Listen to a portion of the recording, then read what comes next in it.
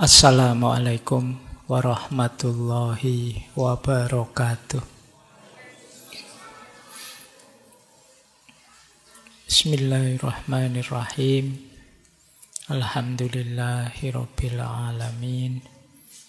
Wa bihi nasta'inu ala umurid dunya waddin. Allahumma sholli wa sallim wa barik ala habibina wa syafi'ina sayyidina wa maulana Muhammadin wa ala alihi wa ashabihi wa man tabi'ahum bi ihsanin ila yaumiddin. Amma ba'du. Bismillah, mari kita lanjutkan ngaji, melanjutkan istiqomah kita belajar. Paham alhamdulillah, ndak paham ya ndak apa-apa. Sing penting sinau, karena kewajiban kita belajar. Ketika kita paham berarti Allah mengizinkan kita untuk memperoleh cahayanya. Kalau pas ndak paham ya dicoba lagi. Ayo belajar lagi. Baik, seperti sudah kita sepakati, meskipun sebenarnya ya pengumuman saja dari saya tidak tahu teman-teman sepakat apa enggak. Pokoknya temanya ini untuk bulan ini kan begitu. Siapnya saya itu. Jadi kalau ada yang tanya, Pak Faiz kok bulan ini temanya ini, pas siap saya itu. Semoga nanti di bulan yang lain temanya sesuai keinginannya teman-teman. Itu saja sih. Tapi apapun ilmu, apapun wawasan yang saya sampaikan, carilah hikmahnya. Tadabburilah relevansinya, kesesuaiannya untuk hidup teman-teman masing-masing. Jadi jangan biarkan wawasan berhenti di wawasan, teori berhenti di teori. Coba tanyakan pada diri kita masing-masing, aku bisa mengambil manfaat apa dari wawasan itu, dari teori itu, untuk mengupgrade hidupku agar lebih baik. Disitulah nanti kita ketemu rahasianya ilmu yang manfaat. Kalau kita tidak menanyakan aspek relevansinya dengan hidup kita, ya sulit kita menemukan manfaatnya. Jadi maka apapun nanti materinya, coba kita kembalikan ke diri kita. Aku sudah melakukan apa? Sehubungan dengan ilmu, dengan wawasan yang sedang kita kaji. Baik, bulan ini kita membahas tentang situasi masa kini. Ini bagian dari ikhtiar kita memahami dunia kita. Karena bagaimanapun dunia ini kan amanat Allah. Kita sebagai khalifahnya diminta untuk mengelolanya. Tentu saja langkah pertama untuk bisa mengelola dengan baik ya memahaminya. Sayangnya kita ini kapasitas kita terbatas. Itulah kenapa kita minta tolong orang lain yang ahlinya. Jadi di ngaji kita ini kan selalu materi ini, tokohnya ini, tokohnya ini. Karena kita sendiri sebenarnya ya harus sadar diri. Alhamdulillah ditolong oleh orang-orang pintar ini. Orang-orang yang diberi cahaya oleh Allah, wawasan di bidangnya masing-masing. Baik, malam hari ini kita belajar dari Marcel McLuhan. Beliau ini dikenal sebagai Bapak Media Studies, Father of Media Studies, Bapak kajian media. Kita kan sering menyebut hari ini zaman kita ini era teknologi informasi, era new media, media baru. Nah, kita mulai belajar dari beliau. Kita awali dari bapaknya dulu ya. Nanti anak-anaknya kalian yang belajar. Marcel McLuhan. Istilah Mac itu ini mirip bahasa Arab. Teman-teman mungkin sering ketemu nama yang ada Mac-nya, termasuk McDonald, Mac apa itu. Ini dari tradisi Skotlandia, Irlandia. Mac itu seperti bin, anak dari terahnya. Jadi McLuhan itu ya berarti keturunannya Lohan. Baru tahu sekarang ya. McDonald berarti keturunannya Donald. Ya simbah-simbahnya namanya Donald. Beliau ini nanti punya anak 6, namanya semua ya ada McLuhannya di belakang. Jadi ini semacam terah kalau di Jawa ya, satu marga, satu keturunan. Asal dari Kanada, kelahiran 1911, nanti meninggalnya 1980. Beliau ya karya yang paling terkenal kontribusinya di bidang media. Nanti ada beberapa buku yang kita bahas malam hari ini. Tapi fokus kita yang terutama ya di aspek itu. Tentang media, bagaimana sih situasi hari ini tentang media-media baru dan cara kita menyikapinya. Beliau ini sangat kritis terhadap temuan-temuan teknologi barunya manusia. Secara umum beliau membahas tentang pengaruhnya teknologi, khususnya teknologi informasi terhadap kehidupan sosial budaya masyarakat. Jadi nanti kalau teman-teman ada yang nulis skripsi, apa tesis, apa disertasi, yang temanya adalah pengaruh media pada masyarakat, boleh pakai tokoh ini. Teorinya masih belum terlalu jelimet. Nanti kita lihat ya. Menurut saya ya, tidak tahu kalau menurut teman-teman. Itu ceritanya beda lagi kalau menurut teman-teman mungkin ya. Tapi menurut saya simple. Dan hari ini mungkin kita lebih mudah memahami karena kita ngalami langsung. Jadi pikiran-pikirannya McLuhan ini disampaikan 30-an tahun yang lalu lebih. Dia sudah meramalkan sebelumnya bahwa besok ada desa global termasuk yang WWW itu, dunia yang terglobal jadi satu itu ya. Beliau sudah meramalkannya dulu bahwa besok kita akan tersambung oleh media, negara, bangsa dan lain-lain tidak terlalu penting lagi. Itu beberapa pikirannya kayak ramalan. Karena sekarang kita merasakan, oh benar ya yang pikirannya McLuhan itu. Jadi banyak orang ngeritik dia sebelumnya. Masa sepasti itu? Makanya orang kritiknya ini semacam determinisme teknologi. Bahwa kalau teknologinya ini efeknya mesti ini. Tapi ternyata sekarang kita ngalami benar yang disampaikan oleh beliau.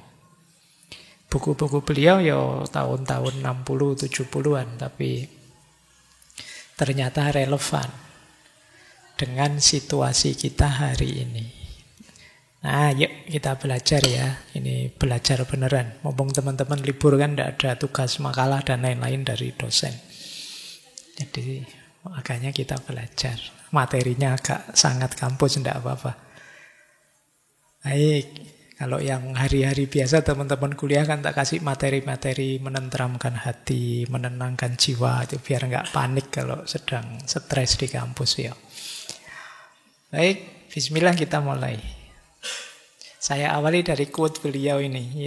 Ini juga menyadarkan kita. There are no passengers on spaceship Earth. We are all crew. Tidak ada penumpang di pesawat luar angkasa yang namanya bumi. Kita semua adalah kru. Kita semua adalah awak pesawat. Ini maksudnya apa? Kita hidup jangan santai-santai saja, pasrah pada orang lain, nunggu dilayani orang lain. Seperti penumpang. Kita ini semua petugas di muka bumi ini. Jadi maka ayo serius. Kita punya tugas, kita punya amanat, kita punya tanggung jawab. Jangan menganggap kita di bumi ini kayak penumpang saja. Maka kata beliau, there are no passengers. Tidak ada penumpang itu. Kita semua krunya. Maka kalian yang kemarin hidupnya pasif saja, santai Allah, pasrah saja. Nanti sudah ada yang mikir kok Pak, sudah ada yang ngurusi kok Pak. Kamu merasa sebagai penumpang, padahal kamu juga punya tanggung jawab. Masalah apapun yang sampai padamu bersentuhan denganmu, itu berarti tantangan buatmu untuk mencari solusinya. Jadi itu dialektikanya orang hidup sudah. Jangan lari dari masalah. Itulah tugasmu. Itulah amanatmu. Karena kita bukan penumpang, kita adalah awak pesawat, kita adalah krunya. Baik. Nah, untuk menjawab tantangan hidup, problem-problem hidup di muka bumi ini, manusia oleh Allah, oleh Tuhan dianugerahi akal budi. Buahnya akal budi apa? Antara lain teknologi. Kemampuan manusia untuk menciptakan alat, barang, benda, kreativitas yang memperluas dan memperpanjang kemampuannya. Itu teknologi. Makanya beliau menyebut teknologi itu perpanjangan dirinya manusia. Jadi yang kita sebut teknologi itu membantu kita yang semula diri ini terbatas. Tapi adanya teknologi, kemampuan kita jadi lebih panjang, jadi lebih luas. Makanya jangan benci teknologi, jangan anti teknologi. Teknologi itu pertama-tama ya memudahkan kita, karena dia jadi extension, tambahan dari kemampuan kita. Nanti beliau menguraikan panjang. Misalnya ada teknologi yang memperpanjang kemampuan panca indera, kemampuan tubuh kita. Yang kalau itu alaminya saja kita sangat terbatas. Tapi dibantu teknologi kita nyaman. Dari rumah saya sampai masjid ini itu ya lumayan. Kalau jalan kaki itu bisa. Nanti jam 11-12 malam saya sampai sini. Wong saya kalau jalan pelan-pelan. Tapi ada kendaraan 20 menit, 15 menit sampai.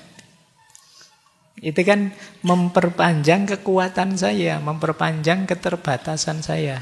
Kata beliau, yo, jangan dikira sederhana, ditemukan roda itu luar biasa sudah. Orang bisa jalan kemana-mana. Ya dari yang paling tradisional sampai sekarang pesawat jet, transportasi yang secepat kilat.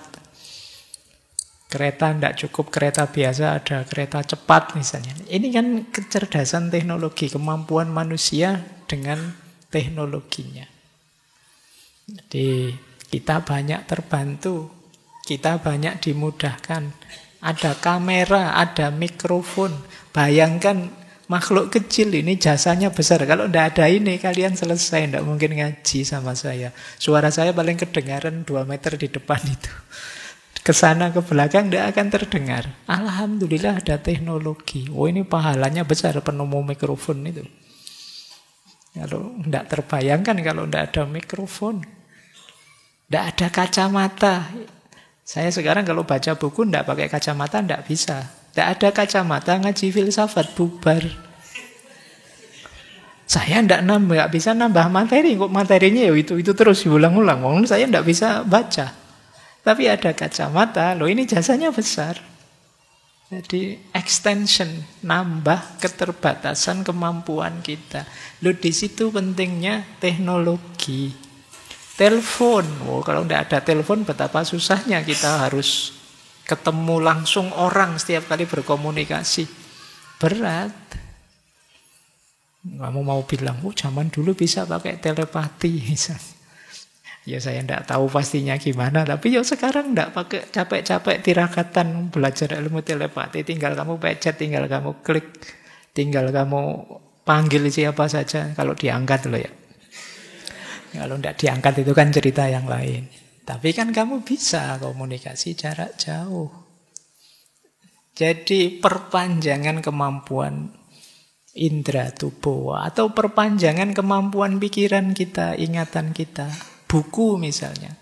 Bayangkan tidak ada buku, semuanya harus dihafalkan. Wah, teler kalian.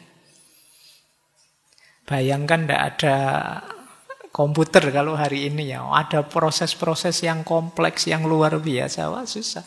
Dulu ngitung pakai tangan, pakai jari. Terus difasilitasi kalkulator, difasilitasi komputer. Lebih rumit, lebih mudah hidup kita. Nah, ini yang dimaksud perpanjangan kuasanya manusia. Termasuk media. Nanti ini teori pokok beliau di media di yang terakhir ini. Jadi mengubah pola persepsi dan interaksi. Misalnya zaman dulu media cetak, terus media audio, radio, terus media televisi, terus medianya ganti sekarang komputer. Loh, ini perubahan-perubahan media ini jangan dikira hanya berhubungan dengan isinya media apa, tapi gaya hidup kita juga berubah. Ketika dulu hanya masih ada koran, gaya hidup kita beda dengan sekarang sudah koran online, sudah tinggal ngeklik berita. Dulu kita kalau ingin cari berita, misalnya belum ada media koran, media cetak, ya kita nunggu informasi dari siapa-siapa, nunggu orang, diriwayatkan dari siapa.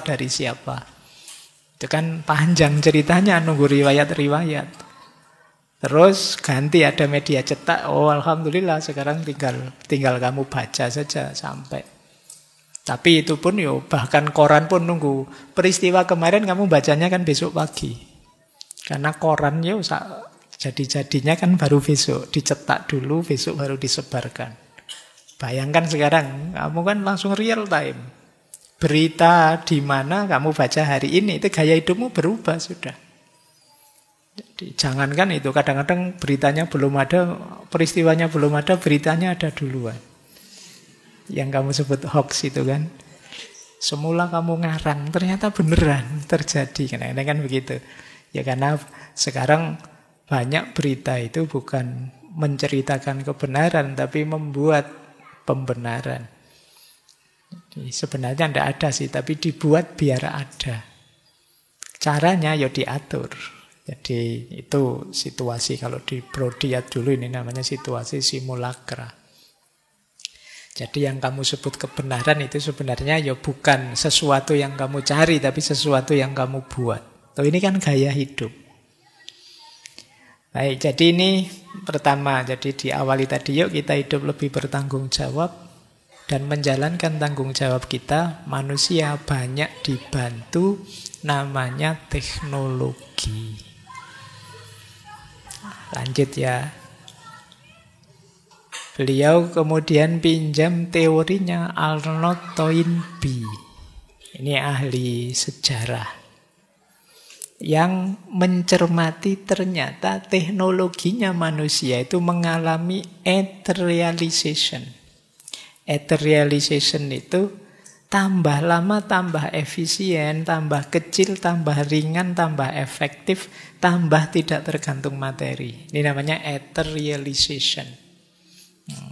Kalian nambah kosakata baru ya malam hari ini, lumayan. Etherealization. Jadi ketika teknologi tambah ringan, tambah efisien, tambah dilengkapi oleh McLuhan, iya, media pun begitu, tambah simpel, tambah ringan, tambah kecil. Cirinya apa etherealization itu? Yang pertama, tidak lagi tergantung pada material fisik. Dulu kalian misalnya buku tebel misalnya itu kan bawa berat itu buku. Sekarang tinggal e-book saja, file saja. Satu flash disk kamu bisa isinya ribuan, puluhan ribu buku. Ini kan tambah ringan. Satu perpustakaan bisa masuk ke satu flash disk kecil. Ini namanya etherealization. Bayangkan zaman dulu kalian bawa buku berat, difotokopi lagi, dijilid lagi, sampulnya saja tebelnya saat itu kan material sekali. Sekarang tambah ringan. Tidak ada materinya bahkan. Sekarang banyak orang misalnya uangnya banyak, tapi kamu tanya uangnya mana, tidak ada ya, cuma tulisannya saja di HP, lo uang saya banyak. Kalau dulu kan orang bilang orang kaya itu kantongnya tebel sekali, kaya dia. Sekarang tidak begitu, kantong tebel malah mungkin tidak punya duit isinya kartu ini, kartu itu. Jadi sekarang orang bukan materi, bukan fisik. Kemudian efisien. Tambah lama, tambah efisien. Komunikasi lebih efisien. Dulu harus ketemu langsung, harus ngirim surat. Sekarang email saja. Dulu ngomong disingkat-singkat, capek. Sekarang ngirim emoticon saja. Ya kan? Kamu minta maaf tinggal gambar tangan nangkup itu wis maaf. Itu kan selesai. Kamu malu apa kamu ndak enak tinggal ngasih gambar nutup mulut. Itu kan selesai. Orang bisa membaca sudah. Tambah simple, tambah efisien. Dulu kamu malu, enaknya gimana ya nembak dengan kata-kata yang indah, yang itu kesuwen, ngirim gambar aja langsung selesai. Tambah efisien sekarang. Jadi tidak seribet dulu. Ini namanya etherealization. Termasuk transformasi media. Transformasi media dan informasi. Kalau dulu kalian nonton film nyari CD-nya, nyetel musik nyari kasetnya. Alah, sekarang tinggal ngeklik streaming nyari apa semua ada. Ndak ribet-ribet CD. Ada ndak yang masih koleksi CD di rumahnya numpuk banyak, ndak pernah dipakai sekarang. Dulu CD itu sampai gores-gores, kalau sudah gores diusek-usek nyari alkohol lah, nyari macam-macam, minyak angin lah dipakai untuk biar CD-nya mulus lagi zaman dulu. Sekarang buat apa? Kamu nyetel file. Bahkan sekarang ya banyak yang wireless, sudah ndak ada kabel. Dulu ribet kan kamu dengerin musik kalau pakai headset itu ribet, kamu dibulet-bulet sama kabelnya. Sekarang sudah, kamu tinggal tempel, dengar sudah. Tambah lama, tambah efisien, terjadi transformasi, perubahan-perubahan. Dan immateriality. Jadi tambah lama, tambah non-materi. Jadi kalau dulu mungkin orang bilang materi adalah segalanya, sekarang apa-apa justru berkembang immateri. Tidak ada materinya. Bahkan sekarang ya apa-apa dibuat artifisialnya, AI-nya. Jadi tidak ada materinya, dibuat-buat secara online di dunia digital. Segalanya begitu. Baik, ini yang disebut etherealization. Bayangkan ya, teknologi manusia tambah lama, tambah canggih, tambah ringan, tambah efektif, tambah tanpa materi. Ini untuk menggambarkan kecanggihannya. Cuma tentu saja ada efeknya, ada pengaruhnya. Nah ini mulai nih ya, tadi seneng-seneng kamu enak hidupmu, tapi masalah juga ternyata. Ya tentu saja manfaatnya nikmatilah, tapi masalahnya carilah solusinya. Setidaknya semakin canggih teknologi ada 3 efek. Yang pertama positif, yang kedua negatif, yang ketiga bisa positif, bisa negatif. Yang positif apa? Kita lebih mudah, lebih efisien, kemampuan kita meningkat. Ini positif. Kita dapat kelimpahan banyak dari teknologinya manusia. Tapi ada juga negatifnya. Kita tergantung pada teknologi.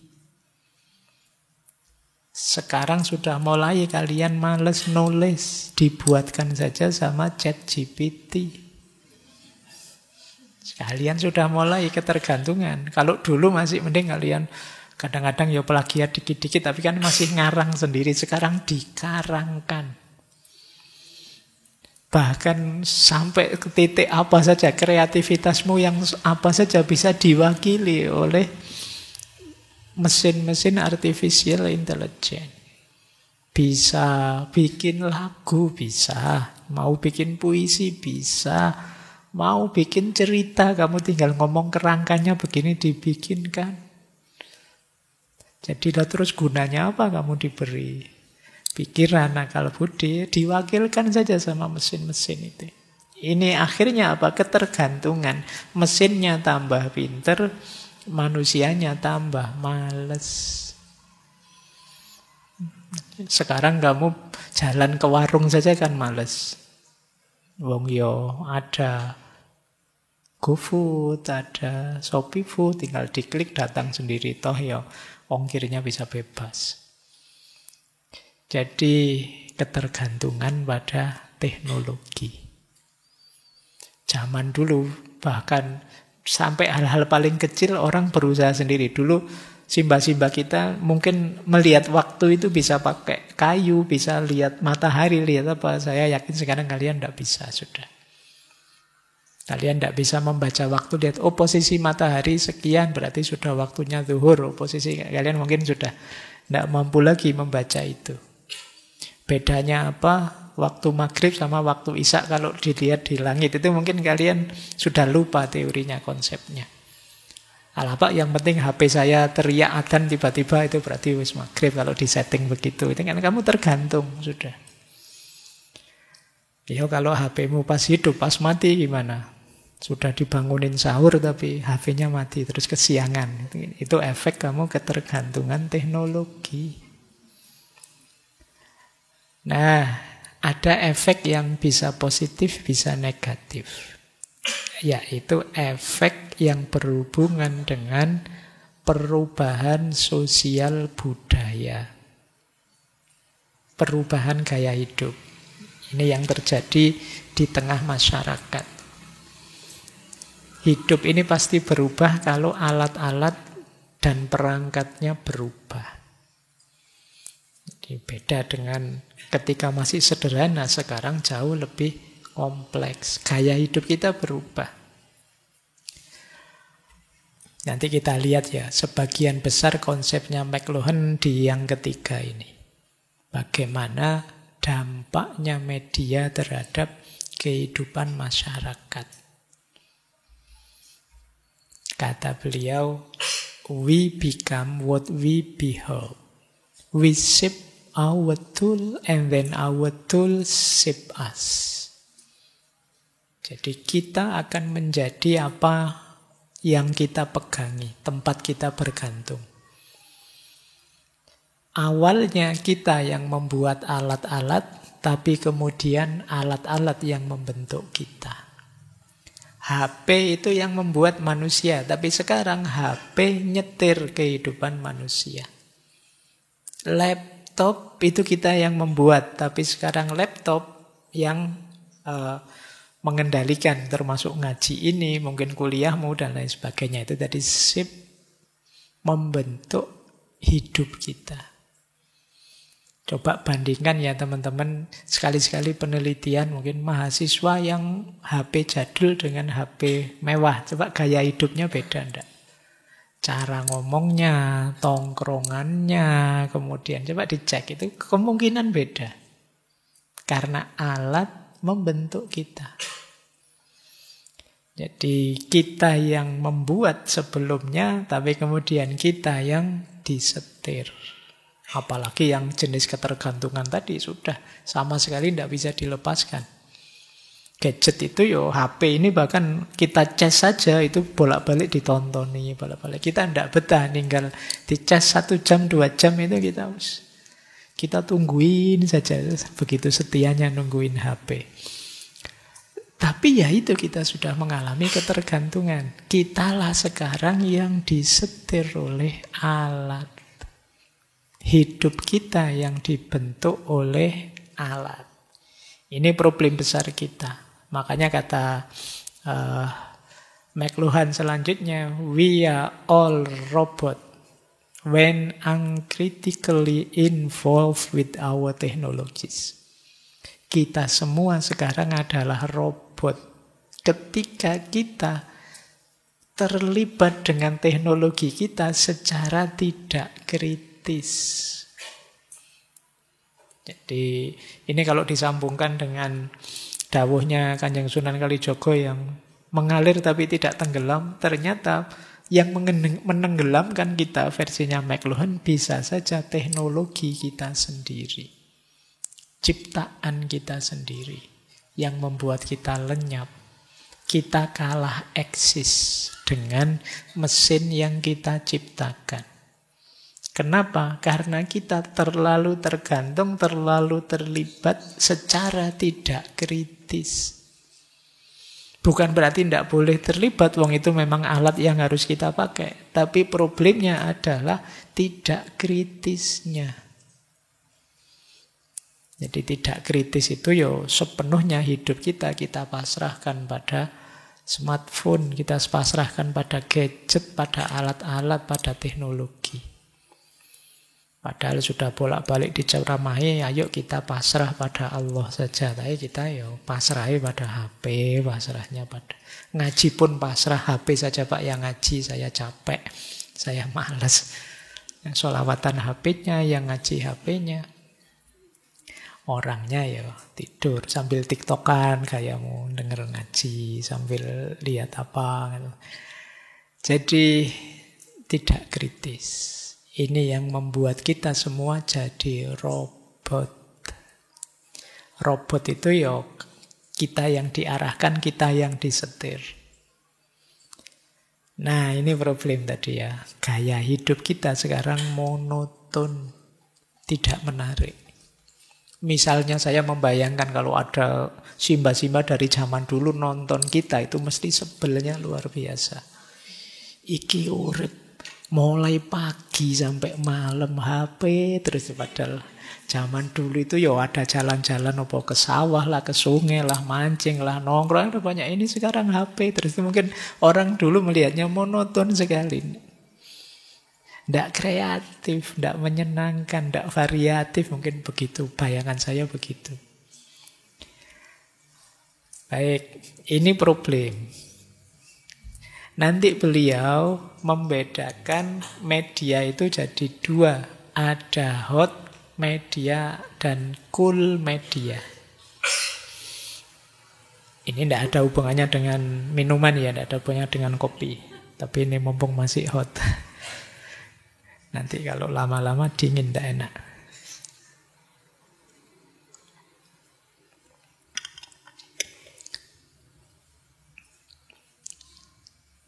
Oke ya. Nah, ada hot media. Hot media itu media yang memberi banyak informasi dan menuntut sedikit partisipasi.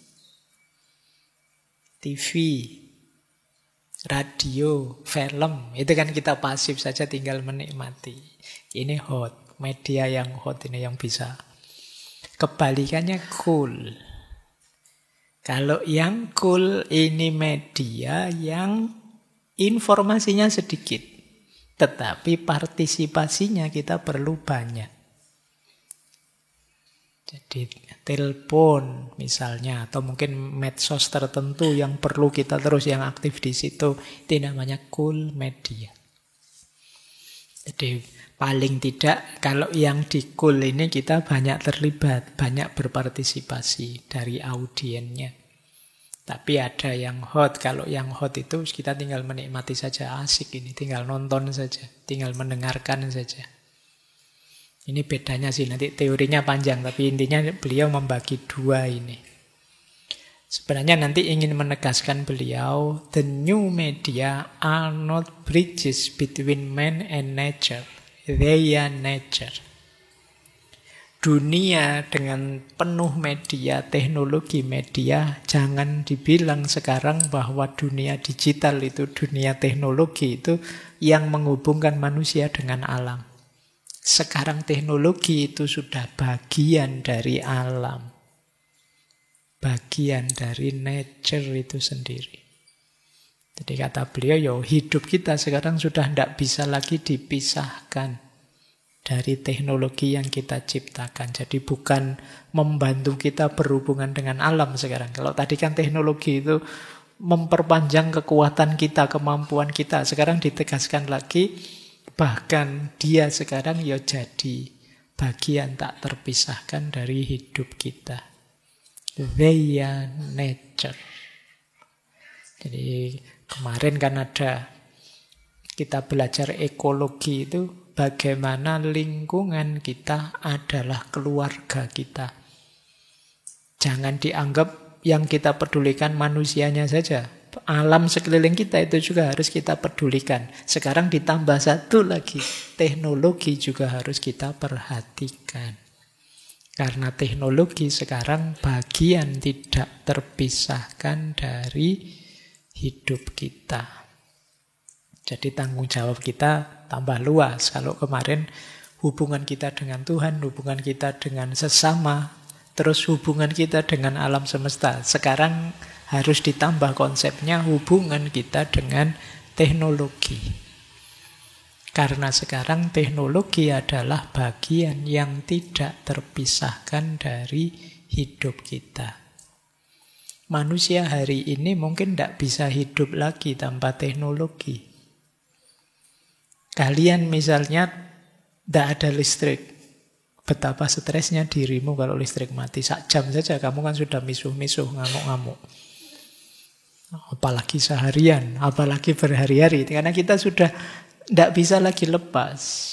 Kita merancang hidup kita sudah dengan keterlibatan teknologi. Kalian sekarang kuliah misalnya, Pak, saya target 4 tahun lulus. Itu kan kalian ngitung sekalian kamu e-booknya, sekalian digitalnya, sekalian chat GPT-nya. Sekalian kan itu masuk kalkulasimu semua sehingga 4 tahun bisa lulus. Kalau kehilangan itu semua mungkin targetmu tidak terpenuhi. Jadi kalian hari ini merancang apa saja sudah dengan pertimbangan dibantu oleh teknologi. Jadi ini yang kadang kita lupa. Berarti relasi kita sekarang tambah luas. They are nature. Teknologi juga bagian hidup kita yang alami sekarang. Baik, ini ya, ini memperluas kesadaran kita. Semoga tidak ada yang mengeluh ya. Wah, tambah berat, wah hidup ini. Mikir urusanku dewe sejak kemarin stres tidak selesai-selesai, sekarang ditambahi PR teknologi. Tapi ya itulah hidup. Pasti saja banyak masalah. Tidak apa-apa, itu jadi PR kita untuk meningkat. Kalau banyak kesenangannya, kalian tidak meningkat-meningkat. Dengan nambah masalah, naik kelas nanti. Itu ya, itu untuk menghiburmu. Biar tidak terlalu stres. Oke, kita lanjutkan. Ini teori boleh dipakai. Kalau kalian ingin membahas dampaknya media, khususnya media yang baru terhadap masyarakat. Teori ini disebut tetrad of media effect. Kalau kalian ingin menganalisis ketika ada satu media baru, mungkin dihasilkan oleh teknologi manusia yang paling canggih, menggantikan yang lama, coba kamu tanyakan 4 hal ini. Yang pertama, enhance-nya. Apa sih yang meningkat dari yang baru ini? Kalau dulu misalnya telepon itu meningkatkan komunikasi jarak jauh. Kalau sebelumnya orang harus ketemu, ditemui satu-satu diberi kabar. Sekarang pakai telepon bisa. Zaman saya kecil dulu di kampung, kalau ada undangan apa itu biasanya ada satu orang yang jadi wakil sohibul hajat untuk ke rumah-rumah ngasih tahu bapak ini punya gawe, punya hajat, mau menikahkan, dimohon hadir nanti tanggal sekian, jam sekian. Itu orang dari rumah ke rumah. Sekarang cukup kamu WA, pakai medsosmu selesai. Dulu mungkin kalian muter sak kampung waktu Idul Fitri, maaf-maafan rumahnya tetangga 1, 2, 3 gitu. Sekarang kamu cukup copy paste dari ucapannya temanmu, kamu sebar. Orang sak kampung, orang sak kampus, cukup itu saja. Kadang-kadang ada temanmu bikin konten susah-susah kamu ganti namanya gitu aja. Pokoknya ini dari saya. Kadang gitu. Tapi ya memang zamannya begitu. Ada peningkatan, kamu tidak perlu capek-capek lagi, tidak kayak dulu. Nah, jadi enhance-nya apa sih yang ditingkatkan? Mobil, kereta api cepat, terus ada pesawat, ada. Dari radio terus jadi TV, dari TV ada YouTube, sekarang internet, ada live streaming dan lain sebagainya. Apa sih yang ditingkatkan? Coba kamu, ini salah satu cara untuk menguji. Jangan-jangan teknologi baru canggih-canggih tidak meningkat apa-apa. Sama saja Pak, kayak kemarin tidak ada yang baru. Prinsipnya sama, cuma namanya saja beda. Ini berarti tidak ada yang baru, tidak ada enhancement-nya, tidak ada peningkatannya. Yang kedua, obsolete-nya. Apa yang jadi usang? Apa yang tidak kepakai lagi sekarang? Ya di situ tak kasih contoh email misalnya. Ini membuat model lama kirim surat itu ya jadi tidak laku lagi. Kantor pos itu jarang orang kirim surat. Zaman dulu masih banyak kotak-kotak pos di pinggir-pinggir jalan itu ya. Kalian ngirim surat dimasukin situ, sekarang tidak ada. Tidak tahu memang diambili apa kalian yang ngambil. Tapi sekarang tidak ada kotak pos itu. Zaman dulu ya bahkan di depan kantor pos masih banyak. Jadi kalian kalau ngirim surat tidak perlu masuk kantor pos, dari situ saja. Tapi teknologi kirim surat sudah tidak ada. Padahal dulu kalau mahasiswa pacaran itu nulis surat itu. Satu surat itu bisa menghabiskan satu buku. Kan ada buku khusus untuk nulis surat itu, karena salah kata, salah huruf itu ganti, salah itu diganti tadi, terus habis banyak. Cuma sekarang diketawain kalau kamu model begitu. Wong kamu tinggal minta ChatGPT tolong buatkan surat yang romantis yang sudah bisa. Jadi apa yang obsolete? Seperti saya bilang tadi, DVD sudah tidak laku. Dulunya DVD itu pembaruan dari misalnya model kaset. Dulu kalau ingin nyetel video, film, kasetnya besar-besar sak boto itu, model VHS, model apa itu zaman saya dulu. Mungkin kalian tidak ngalami yang generasi 2000-an ke belakang. Itu sekarang kalau orang muter kayak gitu, ya mungkin buat nostalgia, tapi sudah tidak efektif lagi. Sudah usang. Kayak kalian nyetel musik pakai yang gramofon itu ya tidak praktis sih, tapi mungkin untuk nostalgia, romantisme bisa. Tapi dia sudah obsolete. Jadi teknologi baru membuat usang yang lama. Apa sih yang dibuat usang? Pertanyaan ketiga, retrieve. Ada kalanya, ada unsur retrieve-nya. Ada yang dihidupkan kembali. Misalnya, di situ tak kasih contoh podcast. Sekarang kan banyak orang podcast. Podcast itu kan mirip zaman dulu radio. Orang wawancara terus didengarkan. Mirip kayak TV-TV dialog zaman dulu kan sering ada acara. Dialog, ada acara tanya jawab di TV. Cuma sekarang orang bisa bikin acara sendiri-sendiri lewat podcast. Jadi ada retrieve-nya. Ya sama sih kayak zaman dulu orang acara-acara diskusi, acara ngobrol. Tapi sekarang tiap orang bisa bikin di YouTube. Nah ini ada retrieve-nya. Jadi ada yang dihidupkan kembali. Di radio sekarang ya mungkin sudah model Spotify. Kalau dulu radio dengerin cerita, dengerin itu, sekarang diwakili Spotify. Yang kita bisa milih lagu sendiri, milih acara sendiri. Kalau dulu radio kan harus nelpon penyiarnya. Wah minta diputerin lagu ini dong, kan dulu begitu. Sekarang tidak ada model itu, kalau pengen diputer tinggal kamu klik saja. Ada retrieve-nya, ada yang dibangkitkan kembali. Kemudian yang terakhir jangan lupa ada reverse-nya. Reverse itu kalau ini berlebihan, efeknya apa? Misalnya, medsos itu awalnya kan biar kita lebih mudah komunikasi. Tapi lama-lama bisa berlebihan yang membuat kita kecanduan. Jadi lebih mudah. Misalnya, apalah kalian WA-an, kan tiap hari ya WA-an terus. Kemarin ada Meta AI itu, wah kamu semua nyoba itu, pertanyaan aneh-aneh, guyon-guyon, kan semua begitu. Terus kamu kecanduan.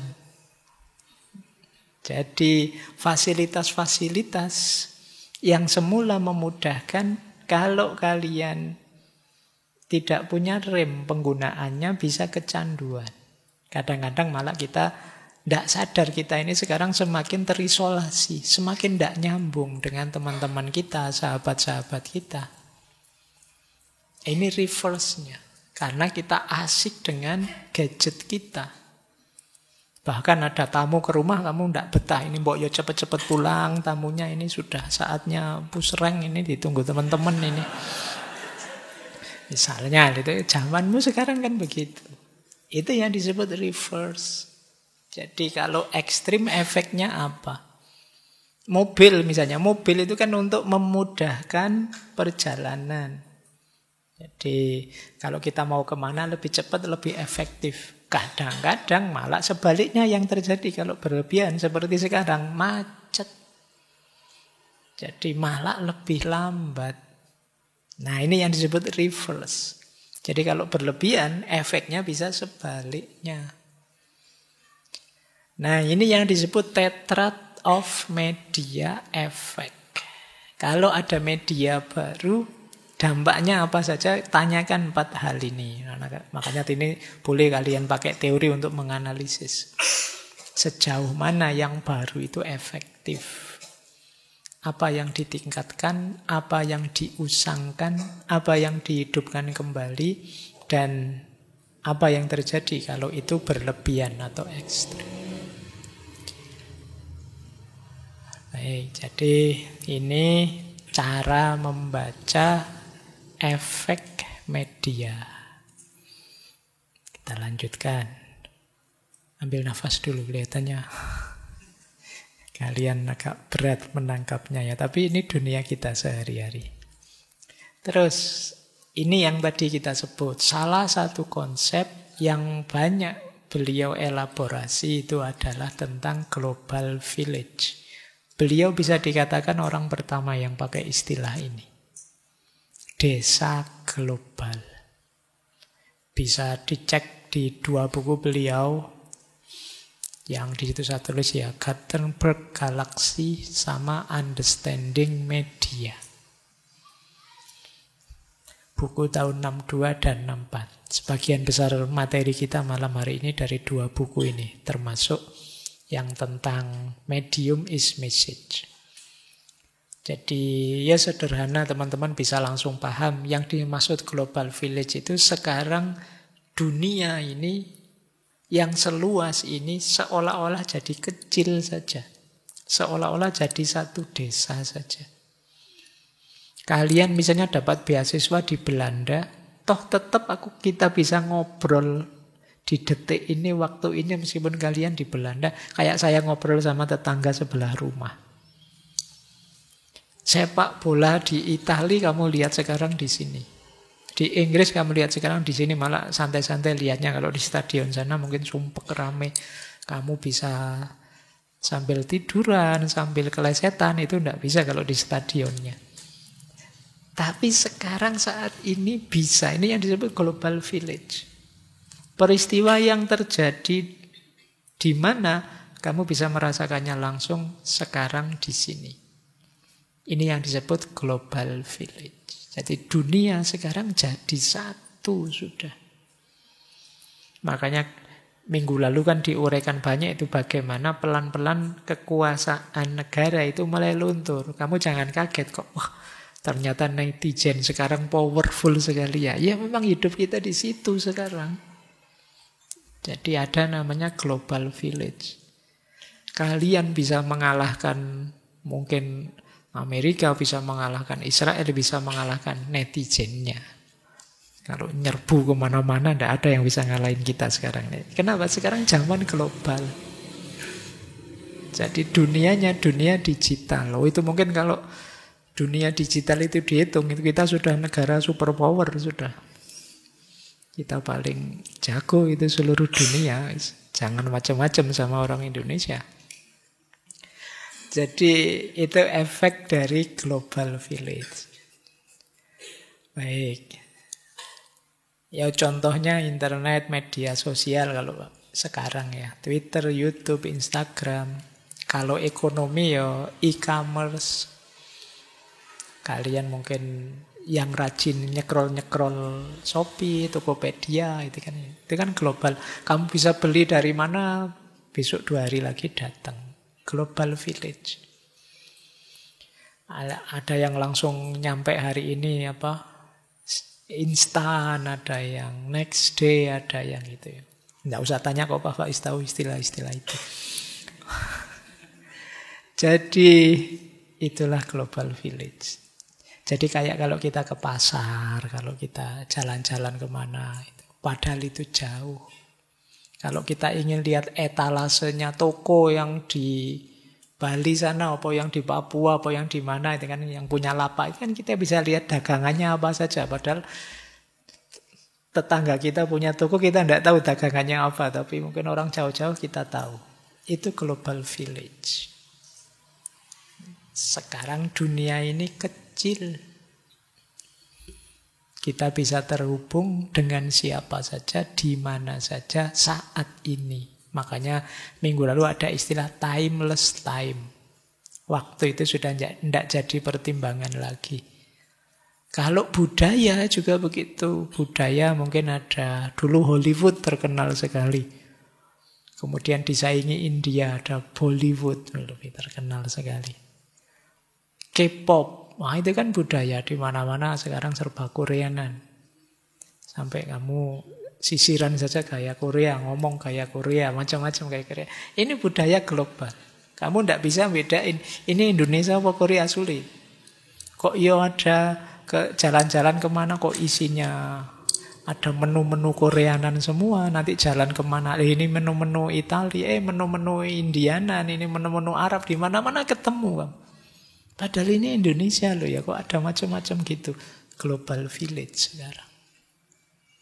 Jadi kamu ingin ketemu apa saja ada. Ya maka kalian harus siap. Global village itu ya keuntungan ya tantangan. Ya positif ya negatif. Positifnya apa? Tentu saja kita semakin saling terkoneksi. Kita punya jaringan luas sekarang, apa-apa mudah. Terjadi pertukaran budaya, pertukaran ide. Solidaritas global mudah dijalin. Misalnya ada kasus apa di Indonesia, pelanggaran HAM, itu kalian bisa didukung orang seluruh dunia. Jadi ini positifnya enak, temanmu banyak, jaringanmu luas. Tapi ada juga negatifnya yang harus kita hati-hati. Yang pertama apa? Identitas lokal terancam. Mungkin pada saatnya menu-menu lokal kalian tidak terlalu suka lagi. Bosen lah, tidak enak lah, tapi kamu lebih suka menu-menu luar. Menu-menu yang lebih global. Ini identitas lokalmu terancam. Bahasa lokal sudah mulai. Kalian misalnya ditawari, ayo milih kursus bahasa Jawa atau bahasa Korea. Nah, sebagian besar milih Korea saja. Lama-lama yang lokal kalah peminat.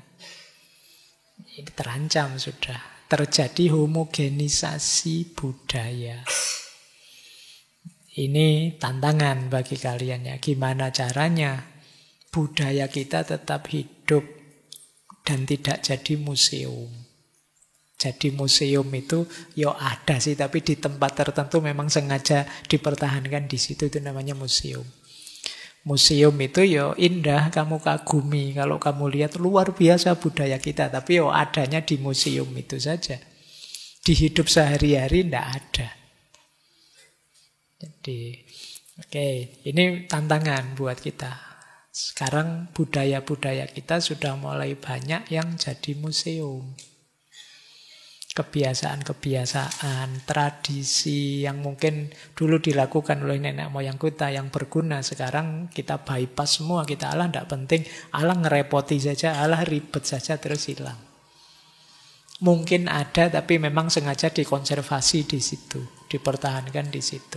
Yaitu tadi yang saya sebut sebagai museum saja. Jadi lama-lama ya budaya Indonesia, budaya Jawa itu tinggal museum. Jadi ada sih, cuma ya adanya di video-video, di film-film dokumenter. Tapi dalam kehidupan sehari-hari tidak ada. Mau nyari orang yang bisa, misalnya di Jawa, sekarang nyari orang yang bisa ngomong Jawa halus itu jarang. Anak-anak kecil sekarang sama orang tuanya sebagian besar ngomongnya bahasa Indonesia tetap. Bahasa Jawa sudah mulai jarang, luntur. Kalian juga bahasa daerahmu masing-masing mungkin sudah mulai banyak yang tidak jalan dalam hidup sehari-hari. Nah, coba kalian kembali ke rumah, coba sama orang tuamu, sama tetangga-tetanggamu, nanti ngomongnya bahasa apa? Ya mungkin bahasa Jawa sama temanmu, itu pun Jawa kasar yang agak misuh-misuh, agak gitu. Sama orang tua, bahasanya sudah. Sekarang banyak bahasa Indonesia lah Pak saya amati itu. Masih mending ya bahasa Indonesia, mungkin besok ya bahasa Inggris apa bahasa.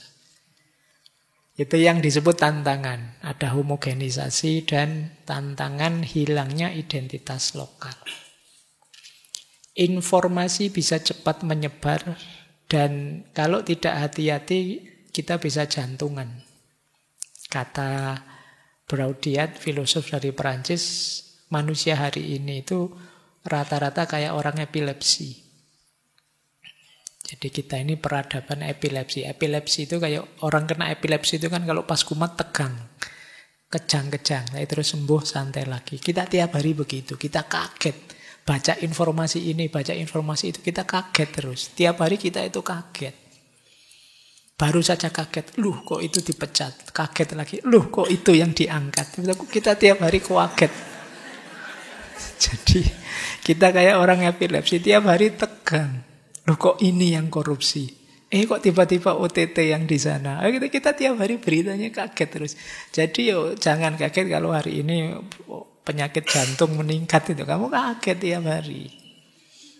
Jadi apalagi kita termasuk bangsa yang usil kan, apa-apa pengen dimasuki, dikomentari. Kita jantungan, pusing tiap hari. Itu efek dari global village. Dan tentu saja ketergantungan teknologi. Berarti yang teknologinya lebih tinggi, lebih unggul. Yang teknologinya masih rendah akan inferior. Ini akan menciptakan banyak jarak. Baik antara daerah yang lebih maju dan lebih tertinggal. Negara yang maju dan negara berkembang. Oke. Baik, ini tentang global village, salah satu isu yang banyak dibahas oleh McLuhan. Nah, sekarang kita masuk ke tema kita. Jadi yang tadi itu zaman itu pengantar. Sekarang kita masuk ke the medium is the message. Jadi media itulah pesannya. Jadi kata beliau, the channel through which a message is transmitted is more important than the message itself. Channel atau saluran atau media di mana satu pesan disampaikan itu lebih penting dibandingkan isi pesannya sendiri. Jadi makanya the medium is the message. Ini hubungannya dengan pengaruh media ke masyarakat. Jadi pertama-tama bukan isinya, tapi medianya.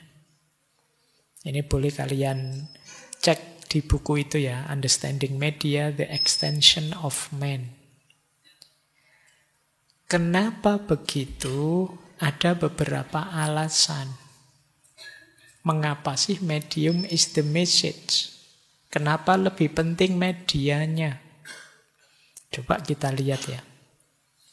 Yang pertama, setiap medium, setiap media itu membawa cara baru menyampaikan informasi yang pada gilirannya mempengaruhi cara orang berpikir, cara orang berkomunikasi, cara orang memahami dunia.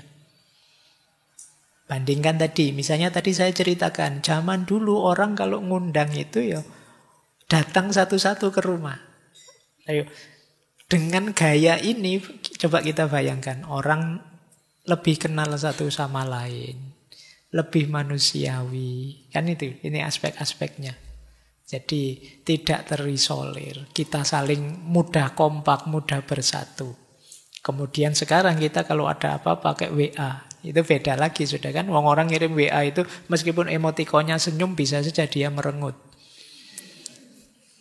Ya kan? Jadi kita tidak suka, sebel sih, tapi ya bisa saja ngirim emotikon jempol. Gimana komentarmu, bagus nggak jempol? Itu jempol itu bisa maknanya bagus, bisa maknanya sudah lah, nggak usah cerewet. Selesai. Kan bisa saja begitu. Kita maknanya bisa banyak. Jadi itu yang dimaksud medianya, itu jauh lebih penting kita perhatikan dulu. Bandingkan kalian yang pegang e-book dengan sekarang misalnya buku cetak. Ada cetak, ada e-book, itu mungkin gaya hidupmu berubah, berbeda. Kemana-mana bawa buku berat dengan cukup di sini ada apa saja. Kalau buku yang kalian bawa, begitu kalian pegang, kalian buka, ya itu yang kalian baca. Tapi begitu e-book, ada kok Pak, saya tidak bawa buku, tapi di HP saya banyak. Tapi begitu buka HP, mau buka e-book, terus ada video baru dari langgananmu YouTube. Ada baru, saya TikTokan, terus Instagraman. Gaya hidupnya beda sudah. Distraksinya beda. Peradabannya juga beda. Jadi bedanya dulu misalnya radio dan televisi atau film. Mungkin dulu yang generasi saya itu aktif dengar dulu namanya sandiwara radio. Sandiwara radio itu yang dilatih auditorinya, pendengarannya, imajinasinya main. Jadi saya dulu membayangkan Saur Sepuh, Tutur Tinular itu bayangan saya, Brahma Kumbara kayak gimana, Arya Kamandanu kayak gimana, itu kan dipikiran bayangan saya. Begitu divisualkan jadi film, kok beda dengan bayangan saya. Saya dipaksa harus ikut gambar itu. Itu membentuk tradisi yang berbeda, budaya yang berbeda. Kalau dengerin radio bareng-bareng itu satu rumah dengerin satu radio yang sama, kerukunan terjamin. Sekarang pegang HP masing-masing, nyetel YouTube channelnya beda-beda, selariannya beda-beda. Akhirnya kita lebih terisolasi. Itu the medium is the message. Jadi media jadi lebih penting. Yang kedua, itu tadi ya, dampak sosial media lebih penting dari pesan individual yang ingin disampaikan. Kenapa? Dampaknya itu tadi, gaya hidup berubah, kebersamaan berubah. Makanya mari kita cermati benar perubahan-perubahan dalam. Ya perubahan memang niscaya, tapi semoga tidak berubah ke arah yang lebih negatif. Kalau berubah ke arah yang lebih negatif, saatnya kita cari solusinya. Kemudian yang ketiga, medium itu tidak netral. Media itu tidak netral. Tetap ada polanya yang memang dirancang begitu. Misalnya Twitter. Twitter itu karakternya minimal berapa. Itu kan menentukan gaya hidup. Saya dulu zaman mahasiswa malah belum Twitter. Dulu ada namanya Telegram. Bukan aplikasi ya. Jadi ngirim telegram itu ya satu kata 5 rupiah apa 10 rupiah zaman dulu. Jadi kalau ngirim berita tidak usah panjang-panjang. Kalau panjang-panjang habisnya banyak. Jadi telegram itu saya dulu kalau awal bulan ngasih berita ke rumah, Pak, awak waras arto telas. Gitu. Nah, gitu aja sudah. Jadi itu untuk berita, saya sehat-sehat sih Pak, alhamdulillah. Kalau mau pakai kalimat gitu habis banyak. Pokoknya awak waras tapi arto telas. Bapak sadar sudah ngirim mesti kan begitu.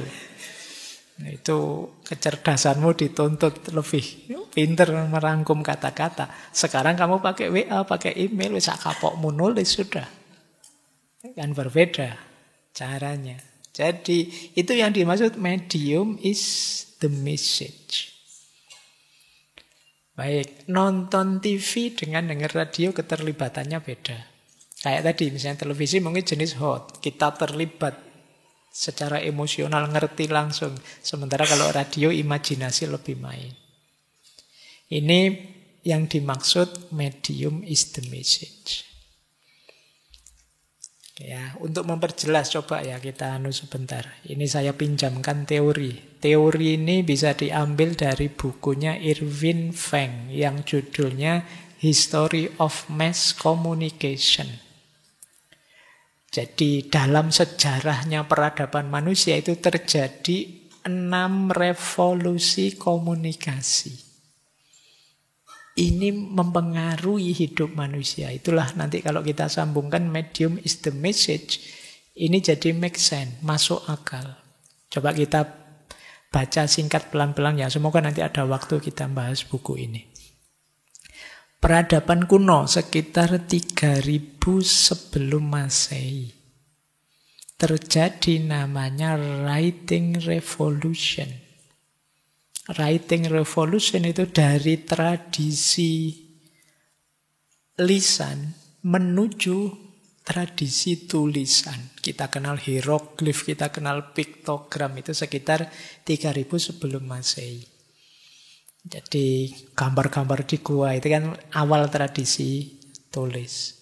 Berarti orang mulai sadar untuk menyimpan informasi jangka panjang.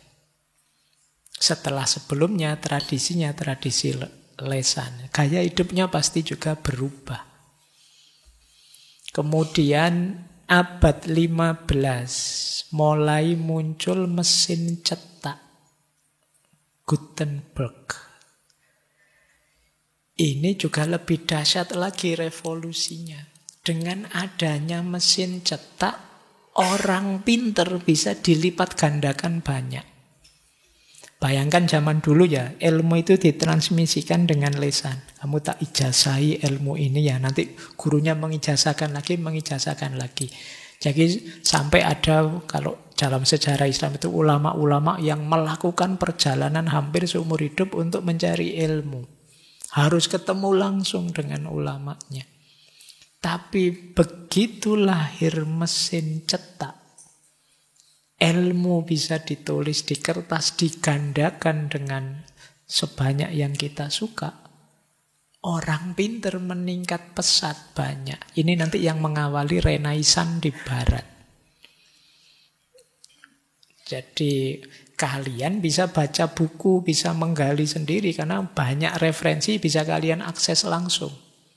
Kalau zaman dulu sebelumnya sulit. Mungkin ditulis sih, para ulama juga nulis dengan tinta, cuma dengan tinta ini kan lama. Bayangkan kitab Ihya Ulumuddin ribuan halaman nulis dengan tinta, itu berapa banyak bisa digandakan. Tapi begitu ada mesin cetak, sebanyak apapun kalian ingin menggandakan mudah.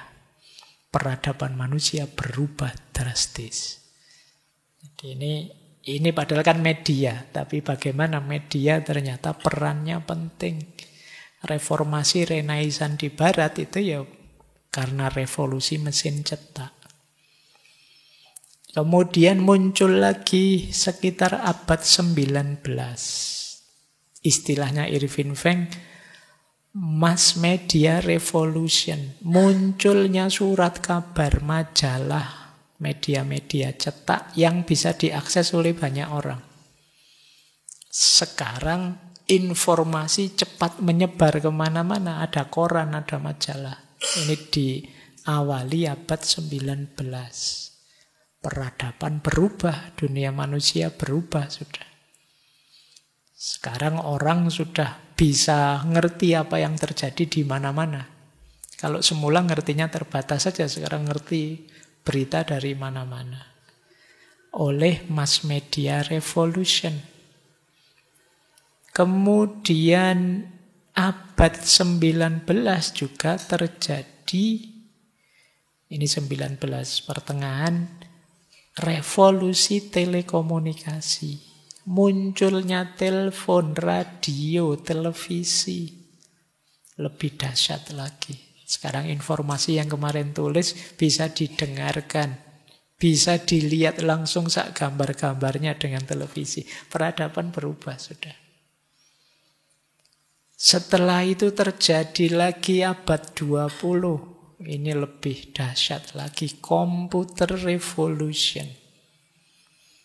Orang sudah bisa bermain dengan data-data kompleks ketika ada komputer. Meskipun awalnya komputer itu besar, komputer awal itu kan besarnya sak kamar itu.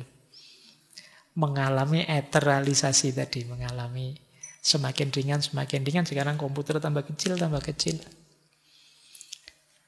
Terakhir kita ngalami hari ini revolusi komunikasi. Interaktif, komunikatif revolution. Sudah, sekarang ada medsos, email, pesan instan, DM, dan lain sebagainya. Jadi peradaban kita mengalami 6 fase revolusi besar di dunia informasi dan komunikasi.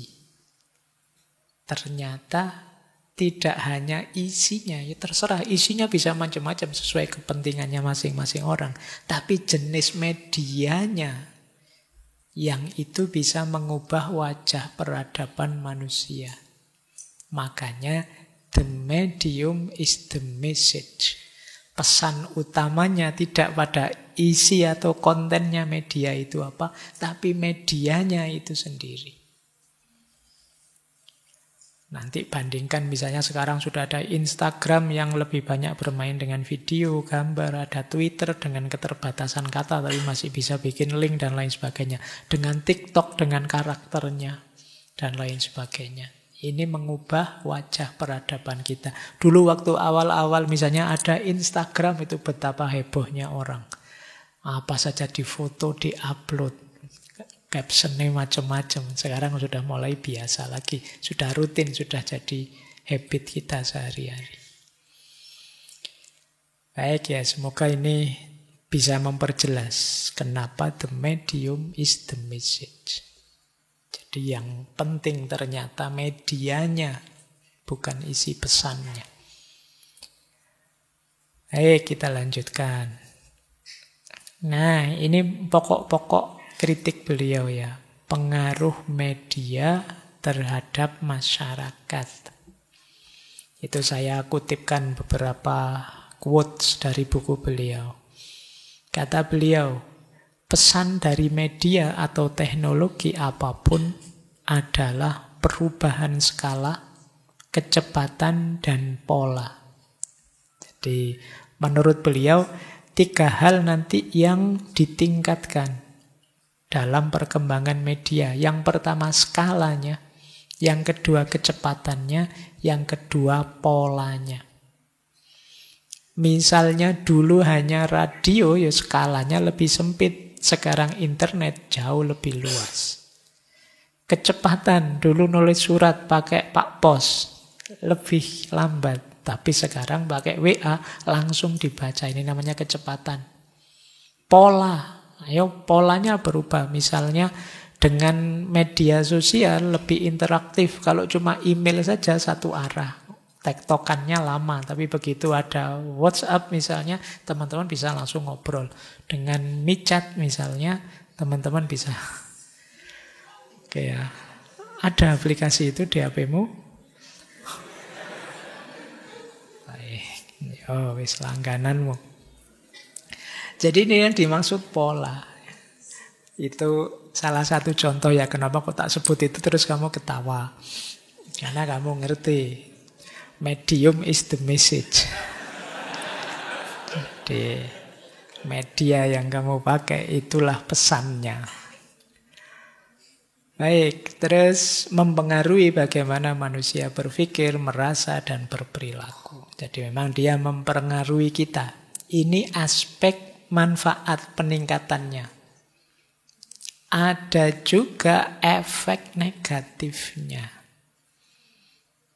Antara lain kalau kita cermati, kata beliau, setiap media juga merupakan senjata yang ampuh untuk menghancurkan media yang lain dan kelompok yang lain. Tentu saja ketika ada media baru tadi media lama jadi kuno, jadi obsolete. Padahal media lama ini juga berhubungan dengan banyak orang, berhubungan dengan banyak wilayah. Mungkin para pekerja di ranah itu kemudian terus off semua karena sudah tidak zamannya lagi, terus PHK dan lain sebagainya. Jadi ada kompetisi antar media. Televisi hadir, radio kalah dominan. Internet hadir, koran kalah dominan. Jadi ini juga harus diperhatikan. Kedua, media juga bisa jadi alat untuk kekuasaan. Jadi media itu kata McLuhan, dia tidak netral, dia membawa nilai, membawa ideologi. Channel TV ini yang punya siapa? Oh, yang punya kelompok ini. Ya tentu saja isi beritanya akan memihak kelompok ini dan mengkritisi kelompok yang lain. Ini media jadi alat kekuasaan. Kalian tidak usah kaget misalnya medsos tertentu memblokir konten-konten yang ngeritik Israel misalnya. Ya tidak usah kaget, ya memang media itu tidak netral. Jadi dia bisa jadi alat untuk propaganda atau alat untuk menjatuhkan. Dia bisa alat untuk mempengaruhi, juga bisa alat untuk memarginalkan. Ini pengaruhnya media. Belum lagi yang terakhir itu perang informasi. Perang informasi itu ya sekarang banyak orang bikin hoax. Banyak orang bikin berita palsu, manipulasi informasi. Tidak salah sih, tapi di frame sehingga rasanya yang positif bisa jadi negatif. Misalnya apalah, ngaji kayak gini, kamu foto minuman saya saja. 2 gelas ini, terus kamu kasih caption, Pak Faiz itu serakah sekali. Wong yo, gitu. 1 orang saja minta minumannya 2 gelas ini. Terus kamu tulis, itu pun sering tidak dihabiskan, apa tidak mubadzir. Padahal mubadzir itu temannya setan. Wah, berarti Pak Faiz itu temannya setan memang. Nah, ini captionmu bisa begitu. Dan kamu kan tidak salah kalau ngomong begitu, karena kamu frame bagian ininya saja. Kamu tidak bertanya latar belakangnya, asal-usulnya, dan lain sebagainya. Oh, hari ini begitu sudah polanya. Jadi kalian selalu akan memframe peristiwa, wacana, apapun itu sesuai keinginanmu. Itu yang oleh Sartre kan sering disebut, kita itu sebenarnya mencari gema saja dari suara kita. Jadi yang cocok dengan kita, yang tidak cocok kita singkirkan. Ini pengaruh media. Ini efek. Ada lagi efek. Our technology force us to live mythically. Teknologi hari ini, teknologi informasi hari ini membuat kita, memaksa kita untuk hidup secara mitis. Kita itu hari ini dikelilingi mitos-mitos. Apa sih yang dimaksud mitos itu? Mitos itu ketika ada kisah, cerita, narasi yang sifatnya dramatis, kadang bombastis, yang kita percaya begitu saja tanpa kita uji kesohihannya. Itu mitos. Dan kita tiap hari ketemu itu. Gambarnya sih biasa, tapi begitu dikasih caption apa, yang caption ini narasi-narasi yang cenderung mitologis, terus kita percaya. Karena itu tadi, cara menyampaikannya biasanya dengan bingkai tertentu, dengan narasi tertentu yang dramatis, emosional. Misalnya, kembali ke sini ya, contohnya saya saja, kalau contohnya kamu nanti bingung. Misalnya minuman ini tadi, terus ada, wah kemarin itu yang Pak Faiz minggu lalu ngaji kan minumannya ndak habis, terus saya minum. Setelah saya minum ternyata rasanya badan seger sekali. Seminggu itu nasib saya kok beruntung terus misalnya. Dan kamu maksa orang lain percaya karena dasarnya, wong saya ngalami sendiri kok. Ndak percaya ya terserah, saya loh yang ngalami langsung. Ini terus kamu maksa orang lain untuk percaya bahwa itu faktanya memang begitu, mau apa. Dan banyak model begitu kita alami tiap hari. Orang lain memaksa kita untuk percaya yang dia sampaikan Dengan narasi-narasi, mungkin ditambahi gambar, ditambahi grafis apa, ditambahi info apa yang di-frame sesuai kepentingannya dia. Dan kita dipaksa untuk percaya. Itu yang kata McLuhan, kita hari ini, our technology force us to live mythically. Kita dipaksa hidup dalam mitos-mitos sesuai keinginannya orang yang bikin konten. Jadi mungkin orangnya sangat benci seseorang atau sekelompok orang. Tiap hari dia memproduksi cerita, mendramatisir fakta, didramatisasi padahal itu sebenarnya biasa saja, tapi didramatisasi sedemikian rupa sehingga rasanya luar biasa dan kita dipaksa untuk percaya. Pada akhirnya kita percaya. Ini namanya kita hidup dalam mitos-mitos. Kita sulit membedakan mana opini, mana fakta. Yang nyebar, yang tadi dia bilang, ini fakta loh. Nomor 1, nomor 2, nomor 3. Seolah-olah itu fakta, padahal itu opininya dia.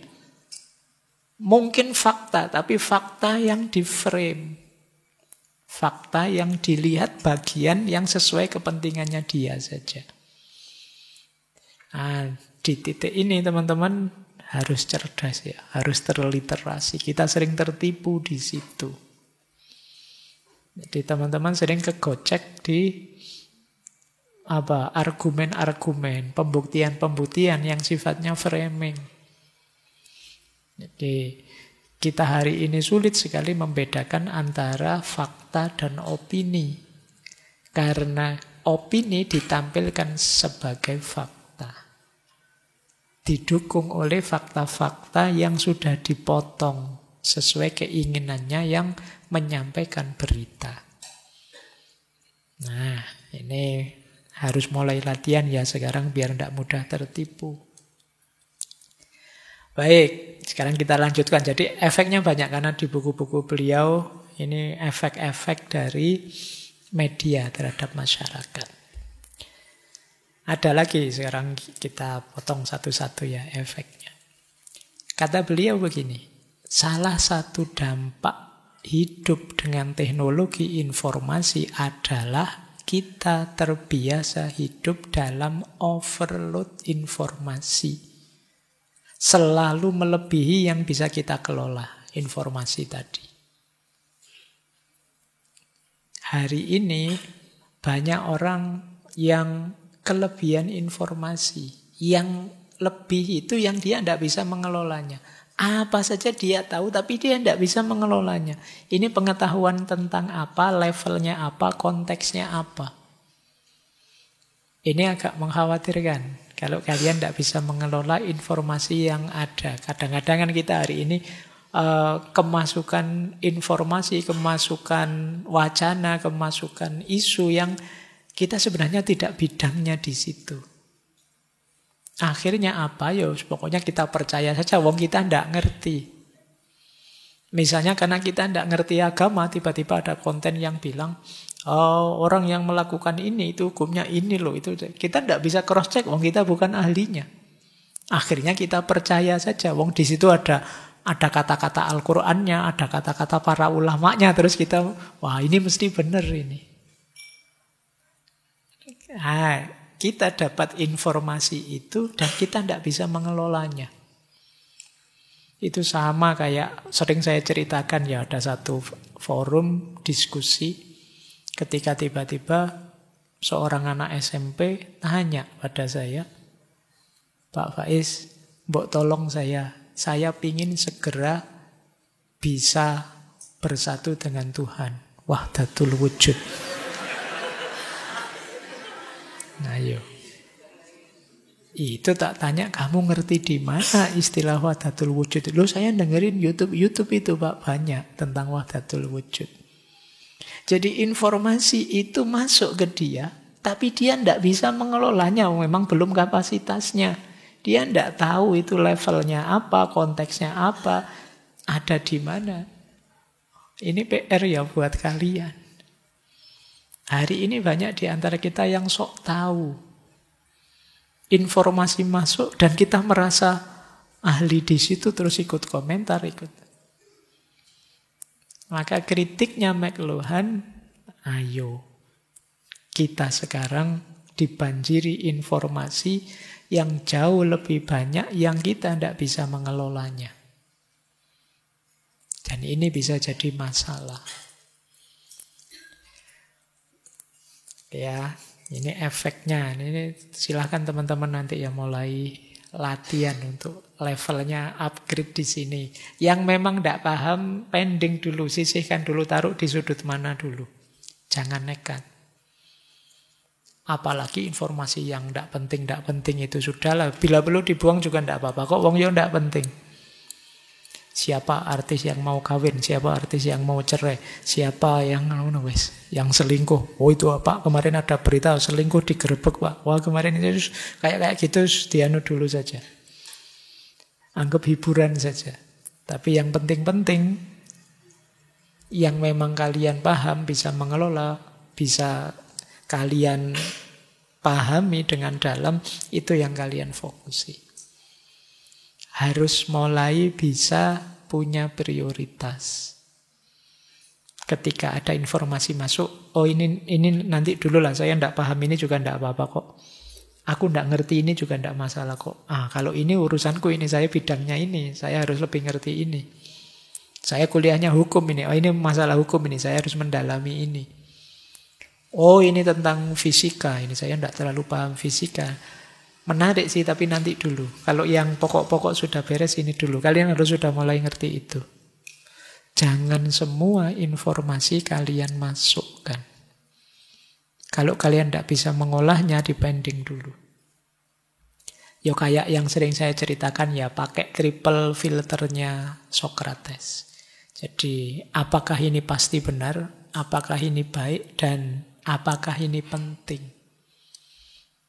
Kalau tidak penting, dipas saja. Wah ini luar biasa infonya, ini pasti benar tidak? Mungkin tidak juga sih, ini masih isu. Kan dia yang ngomong, orang lain kok ngomongnya berbeda, ini berarti masih subhat. Barang subhat itu kalau dalam agama lebih baik ditinggal. Jadi kalau kalian ada informasi apapun yang jenisnya subhat, jangan kesusu divonis, jangan kesusu melibatkan diri. Tunggu sampai jelas. Ini ada hubungannya dengan sebelumnya tadi. Baik, jadi ini ya efek selanjutnya dari media. Kita lanjutkan. Ini efek yang lain terhadap sosial budaya. Kata beliau begini, anything that is popular is a rear view image. Di era teknologi informasi hari ini, segala yang populer itu biasanya gambar belakangnya saja. Ini maksudnya beliau, yang terkenal, yang kita lihat, yang kita pahami dari media-media informasi komunikasi hari ini, itu biasanya hanya pencitraan saja. Aslinya tidak begitu. Jadi kalau kalian lihat misalnya orang terkenal sekali sebagai apa atau apa, itu ya sebenarnya gambar belakangnya dia, kata McLuhan. Kalau kita tahu aslinya, kita tidak akan sekagum itu. Kalau kita ngerti seperti apa kenyataan konkret tentang orang ini, mungkin kita tidak akan semengidolakan itu. Idolamu siapa hari ini? Itu kan kalian ngertinya hanya ketika pas mereka tampil, ketika mereka di panggung, ketika mereka di depan. Kalau kalian ngerti aslinya, mungkin kalian tidak akan semengidolakan itu. Termasuk tentang saya. Kalian kan ngertinya saya kalau pas ngaji filsafat, wah Pak Faiz mesti pinter ini Pak Faiz ini. Kan kamu ngertinya pas ngaji filsafat. Mungkin kalau kamu ngerti aslinya, lah itu kalimatnya jadi begitu. Dan yang bisa begitu, yang tiap hari ketemu saya, istri saya, anak saya, itu yang paling ngerti Paul. Jadi rear view image. Kalian hanya melihat gambar punggungnya saja. belum melihat aslinya dia, gambar depannya. Ini sebenarnya wanti-wanti ya buat kita. Jangan terlalu mengidolakan, jangan terlalu tenggelam di yang kamu follow. Siapapun itu, channel apapun itu. Kamu tidak ngerti aslinya. Ini pesan beliau. Karena hari ini kan banyak yang terjebak di pengidolaan, dibelain sampai segitunya. Atau disukai sampai segitunya. Atau sebaliknya, dibenci sampai segitunya. Baik, ini problem tersendiri. Nanti setiap isu ini bisa kalian bahas panjang lebar. Ini kita sebut isu pencitraan. Ada lagi. Kalau ini berhubungan dengan generasi. Kata beliau, anak zaman sekarang tumbuh menjadi manusia yang absurd. Karena dia hidup di dua dunia. Dan tidak satu pun dari keduanya mendorongnya untuk tumbuh dewasa.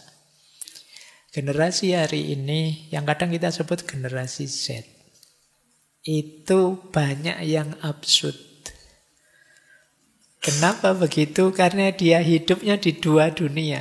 Dia dipepet oleh dua idealisme. Oleh orang tuanya dari generasi angkatan saya, milenial ke belakang, dan oleh situasi masa kini. Yang dua-duanya tidak mendorongnya untuk jadi manusia dewasa. Dua-duanya ingin memaksakan keinginannya sendiri-sendiri. Generasi sebelumnya memaksakan apa, tuntutan zaman hari ini menuntut apa. Itulah kenapa kalian sering disebut sandwich generation. Sandwich generation itu, kalian itu kayak sandwich, kalian kecepit di tengah-tengah. Jadi kayak sandwich itu kan kalian daging yang di tengah dijepit, roti di bawah dan di atas. Itu yang membuat kalian terus jadi absurd. Kalian itu serba bingung. Mau apa-apa rasanya serba salah. Katanya orang-orang tua kok gini jelek, tapi kalau keluar kok zamannya sudah begitu. Mau ndak ikut zaman hari ini melawan orang tua. Mau ikut orang tua kok ya ndak update. Kan kamu bingung. Terus kamu jadi absurd, ndak karu-karuan. Kamu jadi sering overthinking. Kamu jadi insecure. Kamu jadi kebingungan. Nah, ini PR ya generasi. Ya ini satu tema sendiri, kalau dibahas bisa panjang. Tapi yang jelas di antara akarnya kenapa sih banyak sekali keluhan-keluhan tentang generasi hari ini, ya karena mereka ini hidup di dua zaman sekaligus dengan idealisme yang berbeda. Itu yang membuat mereka kebingungan. Jadi mungkin generasi sebelumnya menuntut dengan ideal-ideal masa lalu, sementara yang masa kini juga memberi tuntutan untuk menyelaraskan dengan situasi masa kini. Ini PR, nanti kalian bisa merenung lebih dalam.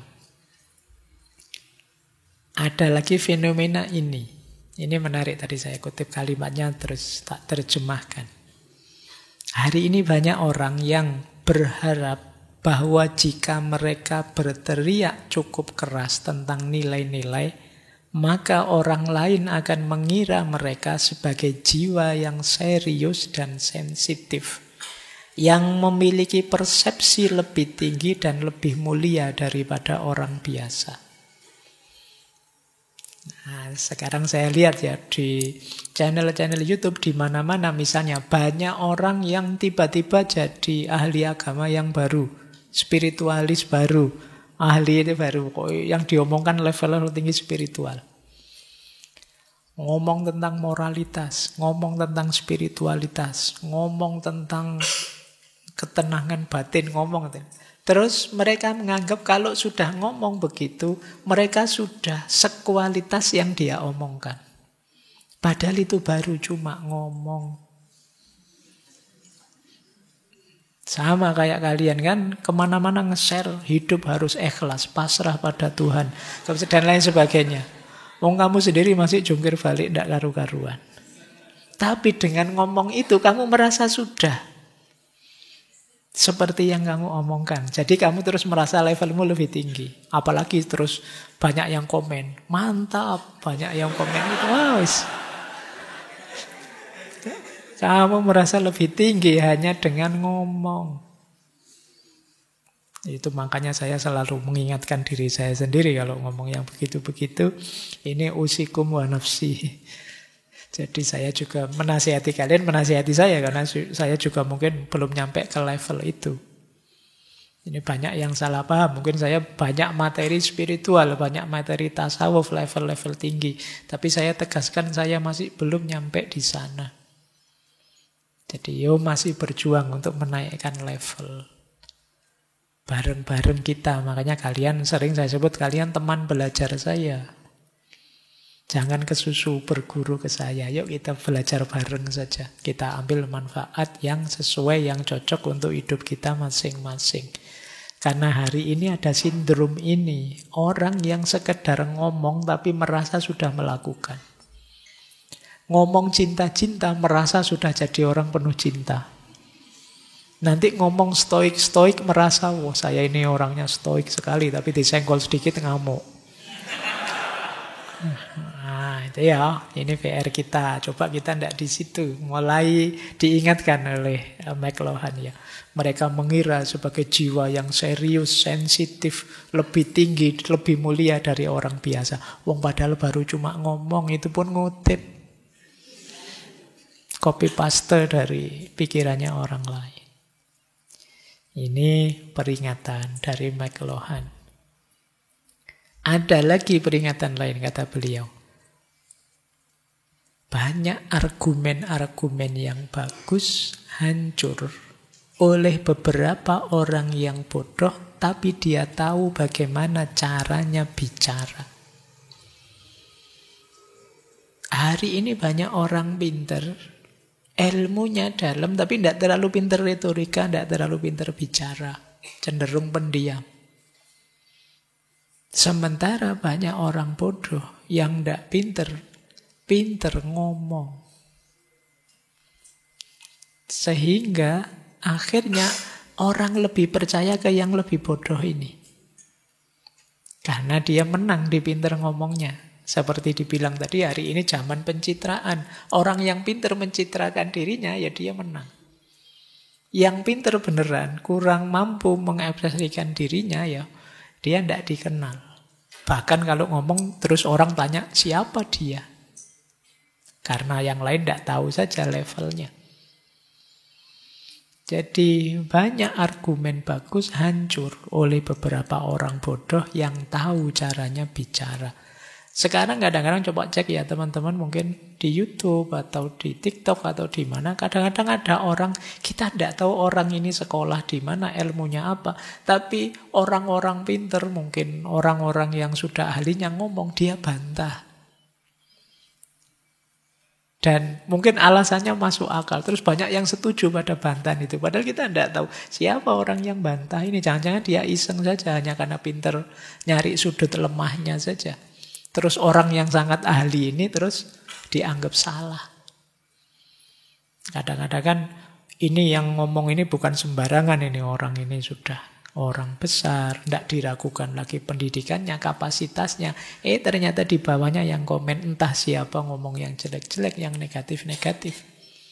Dan banyak orang setuju dengan komentar negatif itu, mungkin karena cara penyampaiannya bagus. Ini yang dimaksud oleh McLuhan, banyak argumen bagus hancur oleh beberapa orang bodoh yang tahu caranya bicara. Ini juga PR kalian ya. Jadi sekarang banyak hari ini. Sehingga akhirnya apa? Yang benar kemudian terdistraksi, tertutupi oleh citra-citra, oleh kebodohan-kebodohan. Baik, masih ada lagi kalau ini politik. Ini beliau banyak juga bicara politik. Kata beliau, nanti politik pada akhirnya akan digantikan oleh citra. Politisi akan dengan senang turun tahta demi citra. Karena citra akan lebih kuat daripada yang bisa dia lakukan. Jadi besok itu kekuatan citra akan luar biasa. Oh, ini beliau dicitrakan merakyat, itu luar biasa. Beliau dicitrakan pembela keadilan, itu luar biasa. Beliau dicitrakan sangat peduli dengan rakyat miskin. Ini citra-citra. Dan besok para politisi itu, kata beliau, akan berjuang ke sini. Jadi perjuangan meraih kekuasaan adalah perjuangan membentuk citra. Dan itu yang mulai, ini kan lama nulisnya beliau, dan ternyata mungkin sekarang banyak terbukti. Kadang-kadang ada orang yang secara sengaja merendahkan dirinya demi citra. Tidak apa-apa saya kehilangan jabatannya. Apa sih jabatan itu? Wah, terus orang kagum semua. Wah, hebat sekali orang ini. Yuk kita pilih dia. Nah, ini yang dimaksud oleh McLuhan. Jadi banyak orang yang, banyak politisi yang dengan senang hati turun tahta. Tapi turun tahtanya dalam tanda petik. Dalam rangka apa? Meraih citra. Bagi saya jabatan itu dunia. Saya ngalah saja, monggo saja yang mau. Wah, terus orang kagum semua. Wah, luar biasa orang itu. Harus kita pilih orang seperti itu. Terus naiklah dia. Begitu punya kekuasaan, kita kaget. Lu kok beda sama dulu? Ini yang dimaksud peradaban citra. Nah, ini mungkin satu tema lagi. Jadi tiap ini di pikiran-pikirannya McLuhan bisa menginspirasi kita ya, untuk teman-teman diskusikan. Satu isu panjang. Tapi paling tidak yang beliau sampaikan menyadarkan kita bahwa selain fasilitas-fasilitas kemudahan dari teknologi, kita juga ada banyak PR yang harus diselesaikan. Masalah mungkin tidak kita sadari karena kita ada di dalamnya. Kata McLuhan, we don't know who discovered water, but we know it wasn't the fish.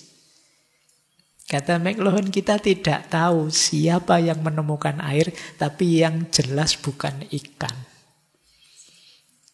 Kenapa ikan tidak bisa menemukan air? Karena dia hidup di dalam air. Kenapa kita sering tidak sadar ada masalah? Karena kita bagian dari masalah itu. Sehingga kita merasa hidup ini baik-baik saja. Padahal itulah masalah. Ini makanya penting ya bagi kita untuk kita sadari bahwa masih ada masalah, masih ada PR-PR untuk peradaban kita hari ini. Khususnya yang banyak diwarnai oleh media. Terakhir beliau menyatakan, ini ya kutipan saya sih terakhir. Menurut saya menarik. I don't necessarily agree with everything that I say. I don't want them to believe me. I just want them to think. Aku tidak serta-merta setuju dengan apapun yang saya katakan. Aku tidak ingin mereka percaya saja padaku, aku hanya ingin mereka berpikir. Jadi beliau ngomong panjang lebar di banyak buku itu ya. Mungkin ada beberapa yang beliau sendiri tidak setuju, tidak cocok. Dan juga beliau tidak ingin teman-teman oke saja, setuju saja dengan pikiran-pikirannya. Beliau hanya ingin kita berpikir. Ini kuncinya berakhir di filsafat.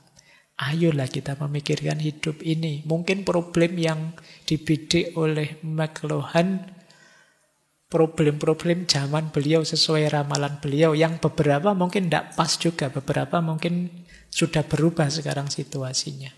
Tapi bukan itu yang penting. Yang penting apa? Ayo kita tetap berpikir. Mau memikirkan hidup kita. Menyadari problemnya, kemudian merumuskan solusi terbaiknya. Ini bagian dari amanat kita sebagai khalifatullah fil ard.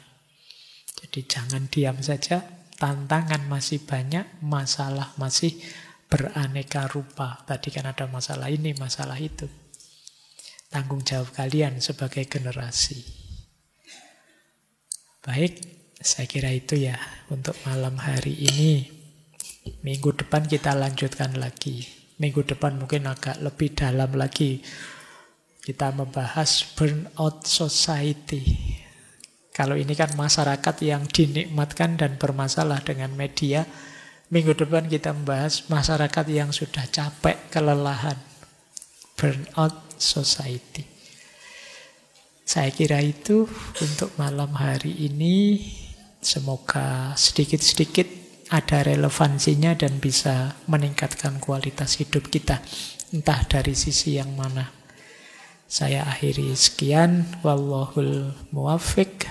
Wallahu a'lamu bissawab.